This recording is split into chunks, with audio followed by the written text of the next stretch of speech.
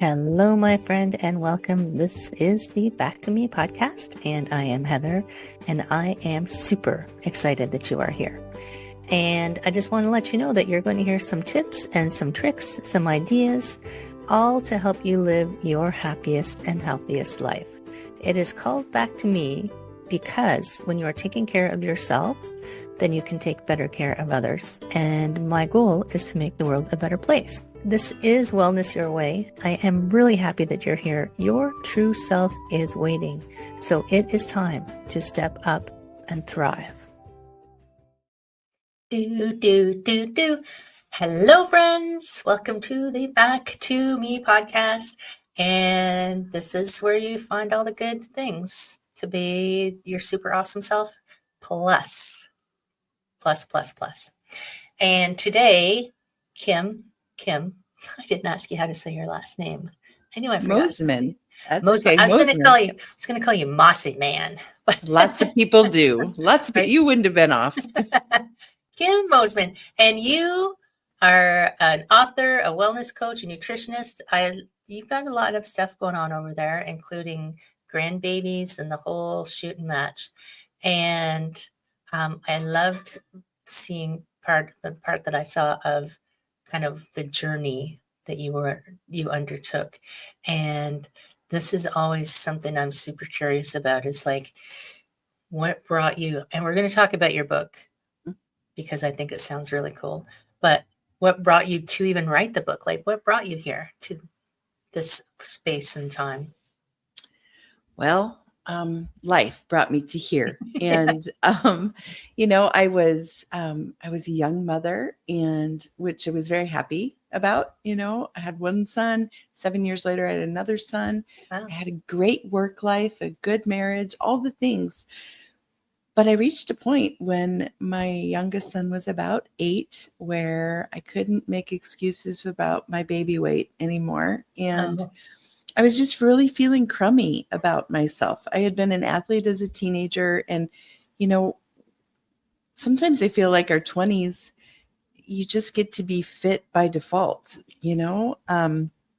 everything still works right, and you feel good and you have energy most of the time. I know life is stressful and everyone's different, but gosh, I hit my 30s and I just didn't love who I saw in the mirror anymore. And I joined a fitness program and caught the bug and really dove in head first into all the things, exercise, different food, and I lost a lot of weight, caught the bug, opened a gym. And you actually opened your own gym even? I did. I had, it was what I call a challenge gym. People would join.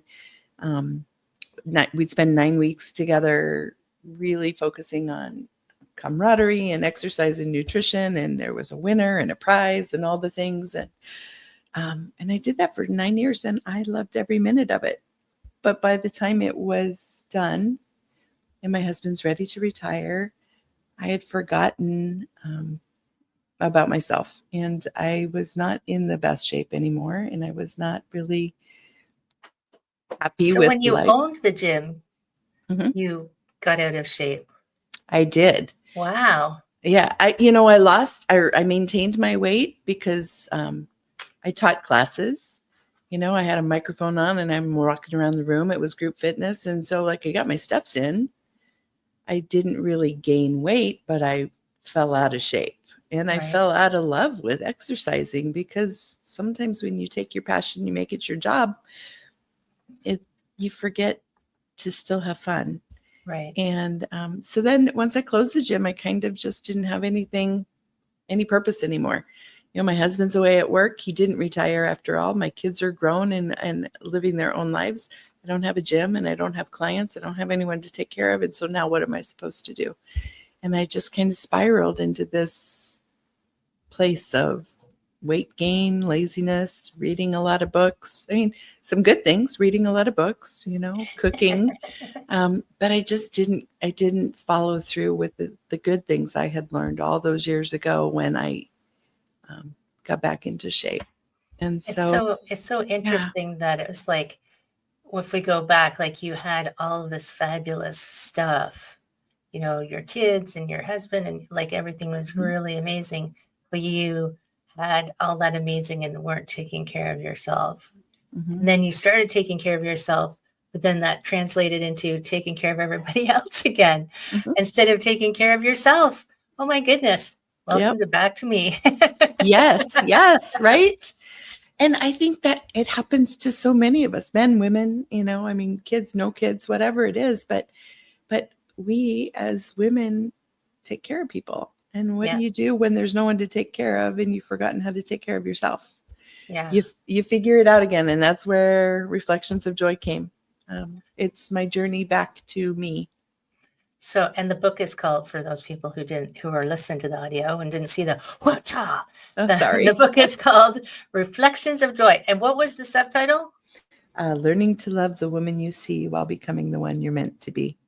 I think I love rhyming, first of all. Yes. So it's like, it sounds so melodic. And so this book grew out of you suddenly going, hold on a minute. This Mhm. is not where I want to be. But I guess, did you go through that? You must have gone through that process of being okay and not giving yourself, like not beating yourself up about where you were. I Or did. I did did publicly. I you? did all the things, and but then eventually, if you're not exercising and you're not eating the way you were, you're going to gain some weight, and pretty soon you start as the authority, right, or the people that everyone's come to for all those years.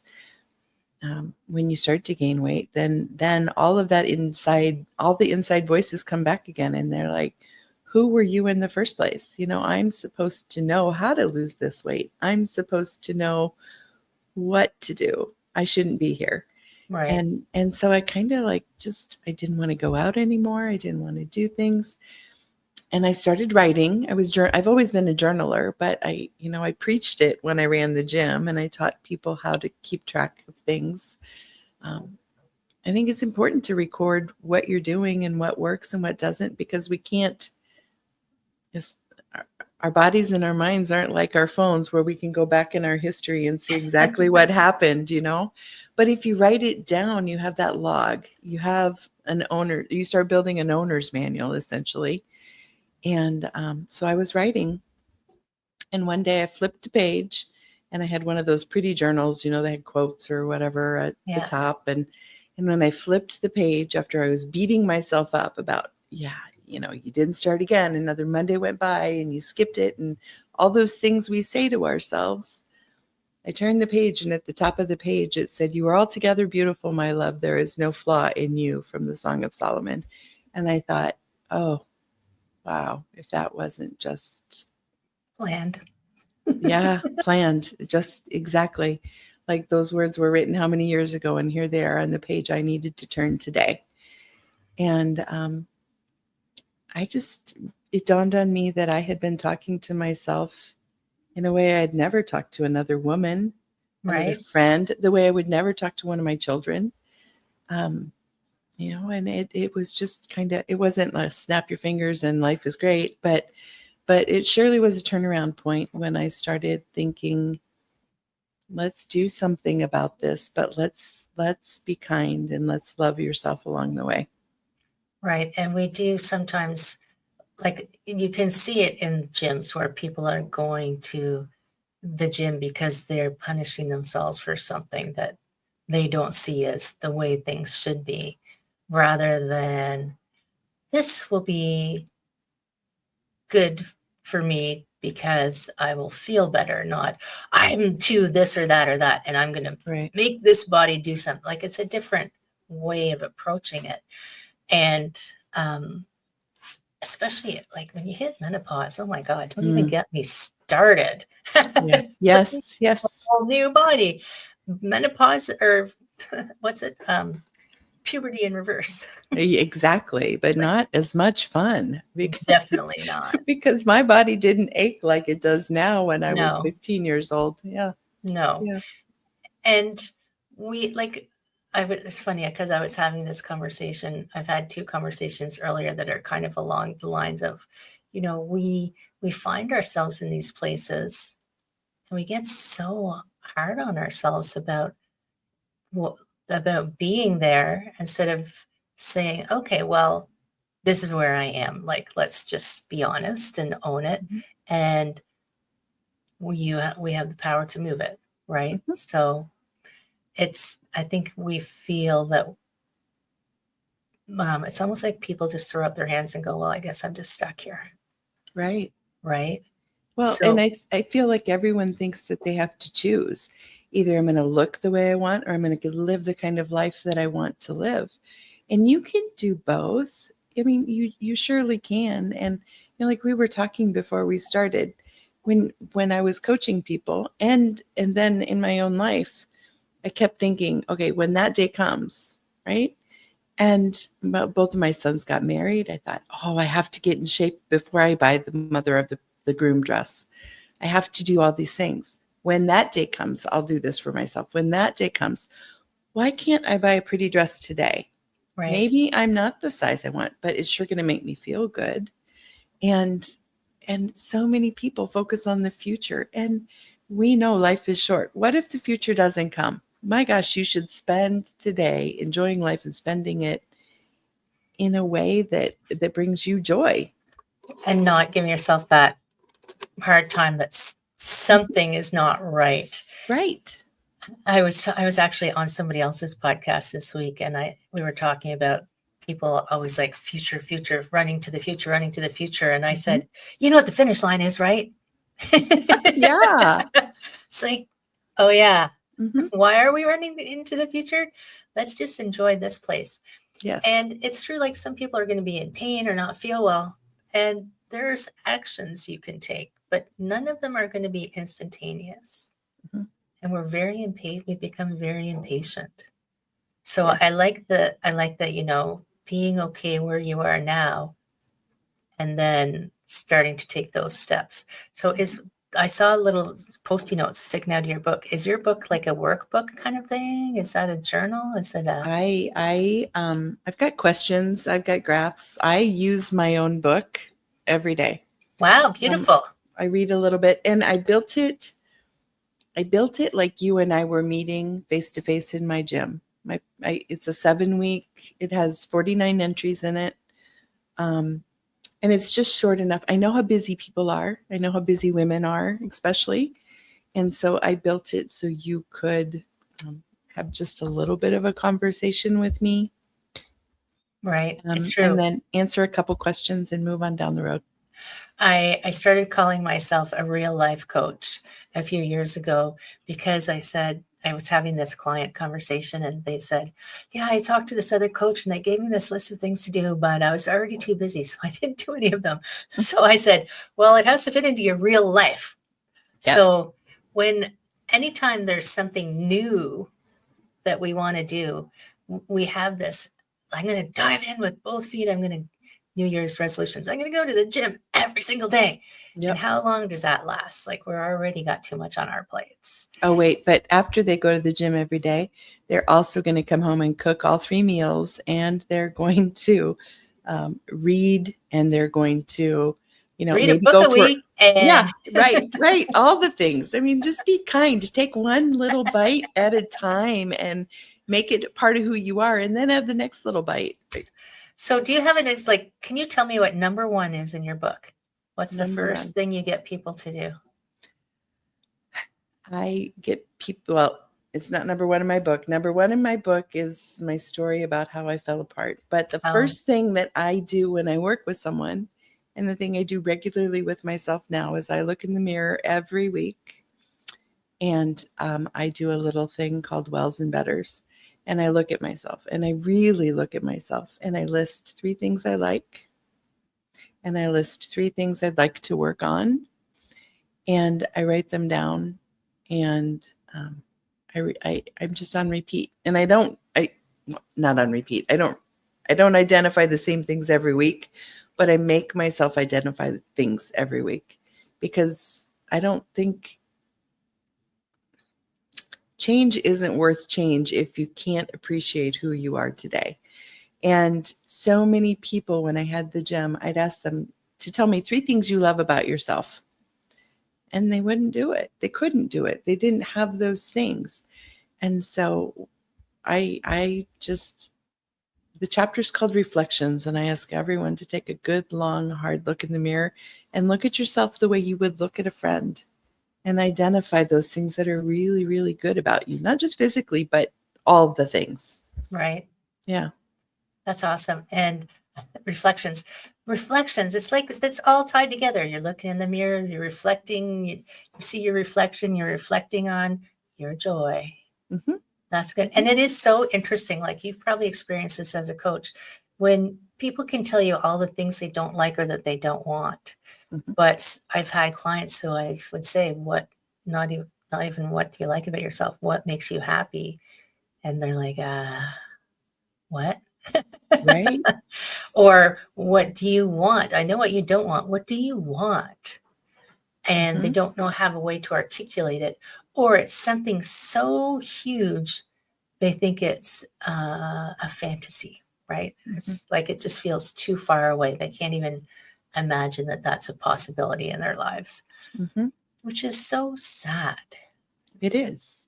It is. I, we would weigh in every week at the gym, and weigh-in day, people would come in and they'd be so excited because they'd worked super hard all week long, and they just knew. They knew it was going to pay off. And maybe it did, and maybe it didn't. But those 7 days since the last weigh-in, they still did really good things for themselves. And they exercised, and they had fun with friends at the gym and with their families, and they ate good food. But it was just all washed away when you're looking at the one point in time, or the number, or the dress, or the pant size, or the big thing. It's like, I can't be happy till I get to the big thing. And that's just so sad. Right. And it's so interesting, like that, you're all excited for your weigh-in day. You're like, yeah. And you've like celebrate the week you had, and that one action of stepping on the scale could trash the whole thing. Right. And you're like, but what about all that good stuff? Like that doesn't wipe that out, but we've set this expectation that we need this as our reward, this one thing as our reward. And it's just gravity. Go to the moon, you'll weigh less. Right. Right. Exactly. I like that. It's just gravity, God damn it. And so, you work with clients, because we were just talking about it earlier. You work with clients as well. Is it all one-on-one, or are you still doing groups, or have you started doing group stuff again? I would love to do groups. I love the interaction that happens between people. But right now, I have a couple of wellness clients, and I'm also working with some people in writing my book. I learned how much I loved launching my book. And so I'm helping some people get their words and their books out into the world. Oh, that's cool. Yeah. Wow, yeah. look at you doing all the things. I know. I'm supposed to be retired, and I'm just busy having fun. So I always put retired in quotation marks, because I retired twice already. Yeah. And I might retire again someday. But and your book is just coming to its first anniversary, isn't it? It is. It is. Yes. So good. So good. Because I know, like, all I did was write a chapter in a book. And that's it's an undertaking to have a book born, Yes. Yeah. And especially when you're pouring all of your stuff into it. So your gym program was 9 weeks. Yes. Your book is 7 weeks. What's the difference? Some of the things I figured out we didn't need, because it started out being a 9-week program, and it started out really being a lot about exercise and nutrition. But as I was living it, it went from being a manual to being how I learned to love myself. And so the first chapter is about faith, and the second one is about writing. Whether you call yourself a writer or an author or whatever, I think it's important to get your story out and get it down, because somebody loves you and somebody would love to read those words someday. The third chapter is about reflection and about learning to love yourself and really look at yourself, and also the things that we can do until we reach that big moment. I put some resources in there, some, I don't know, people who made me feel better about myself, all the way from my dentist or my hairstylist to somebody who helped me feel good in my clothes. And Stylists can be, worth oh, their weight. yes, so amazing. And then the fourth chapter is about movement, because I think you have to learn to move your body before you start to diet, Mm, because so many people cut their calories and then they feel crummy and they don't want to move their bodies. So if you move your body, sometimes you don't have to cut your calories quite so much and you can still enjoy life. right. Fifth chapter is about food. The sixth chapter is about letting go. It's about letting go of all those things that you've told yourself. It's about letting go of fear and comparison and numbing and all the things. And the last chapter is about community and about how important it is, because, like, for me, and I'm guessing maybe you too, if you're retiring, so many of us find ourselves within four walls with, if you're lucky, one person. I mean, if you're lucky, maybe no one. I don't know, wherever Yeah. wherever you are in life, right? But it's different now. And what do I do with myself? And I think it's important to go out and find community. If you're not surrounded by your work friends, or if your community is work and you retire, now what? Now what?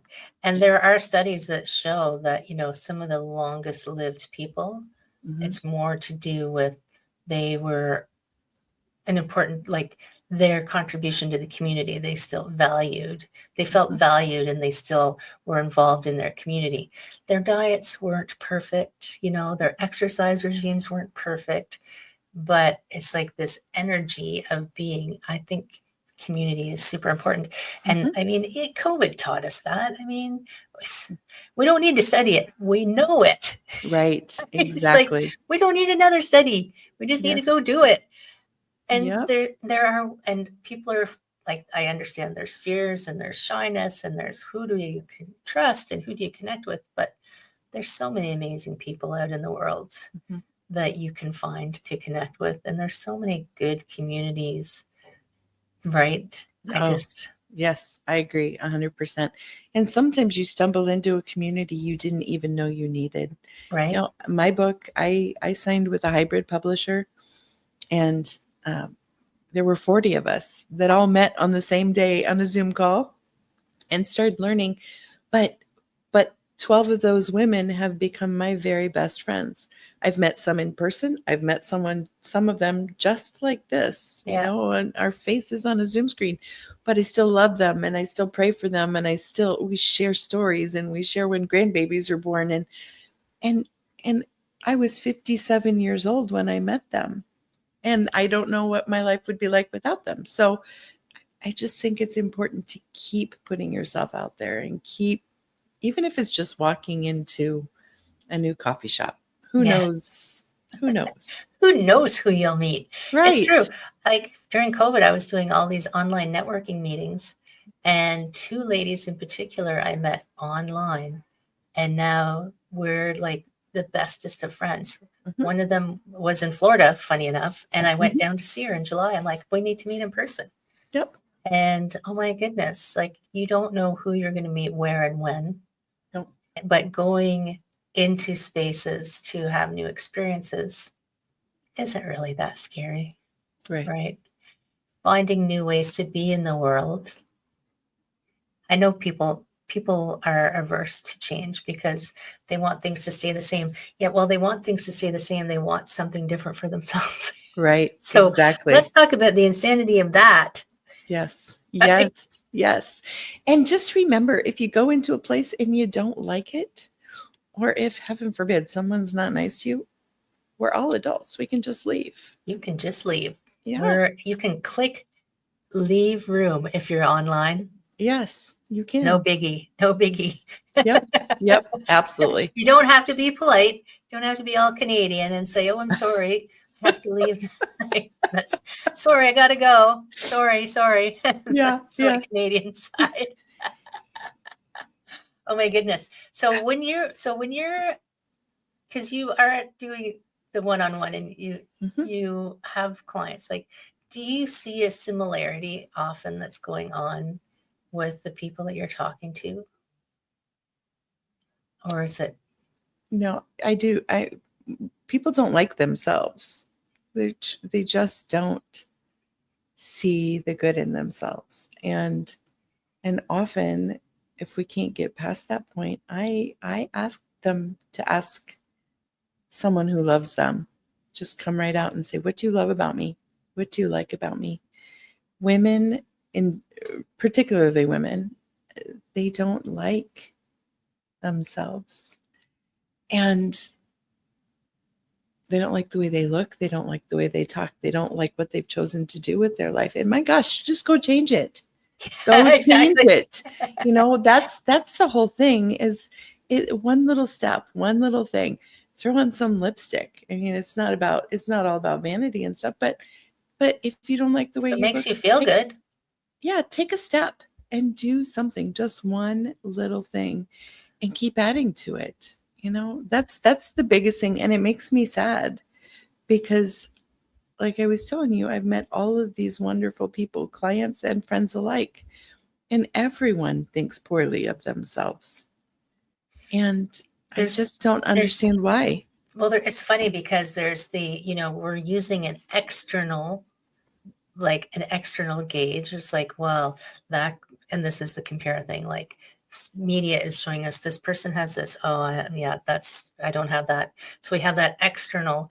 And then there's also that strange, don't get too big for your britches. Don't think too Mm, highly of yourself, or somebody will come and give you the smackdown. And like, bullshit. I call right. bullshit. Mhm. And just because you love yourself and you think you're awesome does not mean you're a jerk Right. unless you're using that to demean others. Like I can walk around and be, yeah, I'm freaking awesome. And you're freaking awesome too.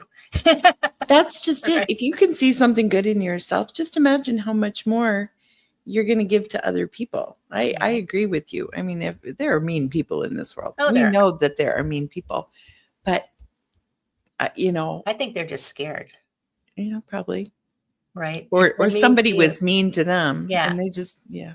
being mean to you protects them because then you can't get at them. They're like, I punched first, right? Right. Yeah, exactly. Exactly. And it's so interesting that like we use these external measures and the Mhm. comparison and the answers. This is someone I was talking to earlier today. The answers are inside of you, Mhm. but we spend more time looking outside than inside, Mhm. right? So if you can check inside, the things that, like, when you realized what you were saying to yourself, you're like, what the, Yeah. did I actually say that to myself? Mhm. And It's all the all, things I had told other people not to say. They would say, "Oh, I'm so fat." I hate that. And it might be somebody who's this big around who's saying, "Oh, I'm so fat." It's like, one, other people hear you and they're looking at you like, "Well, what does she think of me?" And right, two, I can't say that to myself. I would never say it to you. I would never say anything bad to you. Why should I say it to me? right. But Yes. we don't talk about that, or we have not talked about that in a way, I think, to kind of head it off before it becomes so entrenched. Like I think little kids start criticizing themselves, and then Mhm. and then they see, well, mom said this about herself, so, Oh, and yes. and that person thinks this of themselves, and you can see all the examples. And I remember I met this girl once. I was at a YMCA. She was an instructor, and she was complaining. She said she needed to lift 5 pounds off of her butt, and I was looking at her going, you don't have 5 pounds on your butt. So it was Right. like, but Right. she, in her mind, and body dysmorphia is like the extreme of it, but in her mind I was like, wow, Mhm. so interesting.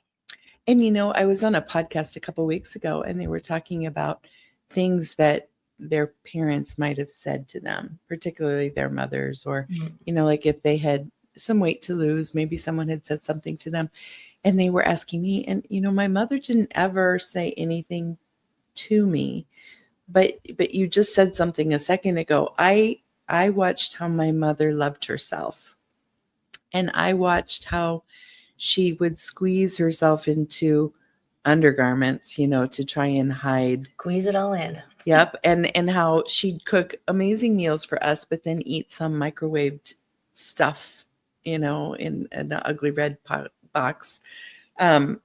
I For remember my mom herself. making Weight Watchers ice cream when I was a Yeah. kid. I'm Oh, like, what and is it that was, crap you're eating? yes, it was like air. It was Yeah. air. It was frozen air. And so they see our kids see what we do. And wouldn't it be nice if these little kids who are like, oh, I'm ugly. No, look at yourself and tell me something good you see. We need to do that for ourselves too. Yeah, absolutely. It's like talk to yourself like you would talk to someone else. Mm-hmm. And this is in everything you do. Like I talked to a lady last week who had a heart attack at 42. And she only went to the hospital because her oldest or one of her kids said, Mom, I'd rather have them send you home and say you're fine than find out you're dead tomorrow morning. Right. Otherwise, she wasn't going to go. But if it was her kid, she would have taken them. Right. Oh, absolutely. And like just so many, like even me, I had a stroke in 2021 and I made the mistake. I'm like, I'm fine because it didn't present in the normal ways. I'm like, I'm fine. I didn't go to the hospital till the next day. And then I was in the hospital for 4 days. It's like, what? Yeah. So I actually did a reel. I'm like, listen, if you would tell your loved one to go to the hospital, then get your butt to the hospital. Mm-hmm. Don't treat yourself any less than you would treat anyone else. Yes. And do it genuinely. Yeah. And these health situations, absolutely. But when we were talking about just loving who we are on the outside, so many people say, oh, stick a little affirmation up on the mirror, right? And it's like we see it the first day, we see it the second day, but by the third day, we're moving it so we can dry our hair. And, it's just, but when you get into the practice of really looking at yourself or asking someone who loves you to tell you something good about yourself, it can make all the difference. And if you're super brave, I once just posted on my Facebook, I said, I asked just whoever read it 3 words to describe me. And whoa. I love that. The words that I got were like there was absolutely nothing negative. And I had no idea that people saw, because you can't see yourself from the outside. I had no idea that people saw those things. And it was so scary as heck, not going to lie, but so rewarding to be brave enough to say that. I love that. All of the answers that I got were, wow. And I collected them all into a folder. So I go look at them, right? Yes. And it's true. Affirmations, like I can go, I am doing this. I'm doing this. I'm, like you can say it over and over, even if you have a mantra. Mantras don't work as just words. They have to be connected to an energetic thing. So seeing your affirmation is great, but you have to feel your affirmation, right? Yep. Wow. So powerful. I love this. This is so good, because I think this would shift so many people and so much of the energy, and so many unhappy people would become happy, and then everybody else around them would be happy, and then the planet would be happy. This is my pie in the sky dream, a planet full of happy, healthy people. That would be so good. Right? Can I come? Yes, you're invited to my party. Yes, thank you. I'm going to start quantum jumping. Oh my goodness. So where do they find you, Kim? My website is Kim Mosiman Wellness, and I am on Facebook and Instagram under Kim Mosiman. It's Mosiman. I spelled it right. Yes. And my book is Reflections of Joy. I also just came out with a second book to go with it, because I talk about the importance of writing it down and having an owner's manual. Oh, I love it. So I created this big, thick journal of oh my places. Gosh, I love those things. Yes, where you can yeah, just keep track of things. I think it's important as we age to advocate for ourselves. And you can't do that if you don't remember what happened when. So, Right. yeah. And I know it's not right. I used to do those 1-page thing. You Mhm. don't have to write pages and pages and pages. Sometimes you just need to capture a couple little blah, blah, like Yes, drip, drip, yes. right? And I even have a place in here where you can just bullet it if you want to. There's a small place to write if you want, but you could also, one of the big goals when people are trying to change is I try to convince them to eat more vegetables. So I like write veggies down in your bullet, and every time you eat one, fill in a dot. It's so satisfying at the end of the day to see those dots filled in, and Right. you don't have to keep the details. You don't have to just Unless you found a really good vegetable you like, then write that one down. yeah. Although Right. you're unlikely to forget it. Yes, that's true. Right now, there's very few vegetables I've met that I don't like, except olives. Is that a vegetable? No, what? Okay. I think it's a fruit. Okay, good. I think it's a fruit. Yeah. So we can find you. We can find your book. We're going to go for the journals as well. And this has all been so helpful. And I love that your goal is just to help people really be happy. Like Mhm. really at the end of the day, Yep. really just be happy and be you. Be you, Yes. all of Be you. Before we go though, do you have Mhm. a final word of wisdom for us? Or 2 or 7? Yeah. You're never too old to start. So if there's something you want to change in your life, just take the first step. Eat a good meal or go for a walk. And if it's hard to take a walk, walk to the mailbox and back a couple of times. Don't be afraid to start. That's my final word of advice for everyone. Just start. Yeah. So good. Yeah. The only way is to start, right? Mhm. It's the Mhm. only way for anything new. Yep. So amazing. Thank you so much, Kim. Yeah, thank you. I'll see you at my Happy Life party. I'm excited. Yeah. Thank you, friends in podcast land. If you know someone who you hear them say crap, talk crap about themselves, just say, hey, found this really cool podcast. Thought you might want to listen. Don't tell them why. All right, friends, talk to you next time. Hello, my friend. I hope you enjoyed that episode. And if you found it useful and you're like me and you want to help others, please share this, comment, like, subscribe, all of those things that will help this podcast to be found by more people. And if you found it useful, there's a chance that someone else will find it useful as well. If you ever have any questions, I am here to answer your questions. I would love to help you. My direct email address is info@heatherstewart.coach. You can also find me at heatherstewart.coach. And if you go over to my website, you will find copies of the podcast. You'll find the link to my Instagram and my Facebook. And I do have a personal request because I do want to help as many people as I can with these podcasts. So if you could give me a review, and my friend, I would love if you gave me a good one. If you could share this, if you could send it out into the world, I would truly appreciate it. I hope that you have an amazing day. I hope that you are finding your way back to wellness by getting back to me. Take care, my friend. Be well, and we will see you again next time.